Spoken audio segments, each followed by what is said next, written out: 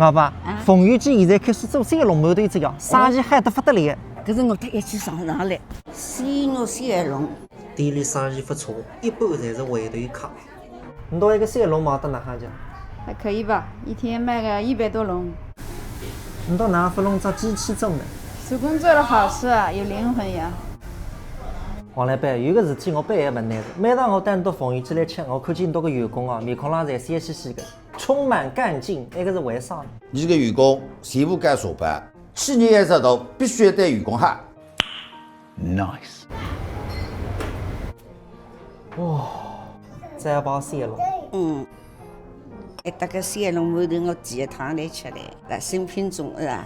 它是汤，这个汤侪烂脱子。甜绵绵。三龙馒头谁吃100汤？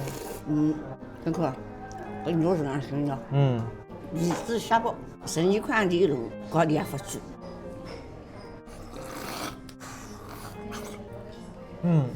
那个娘晓得哈吃。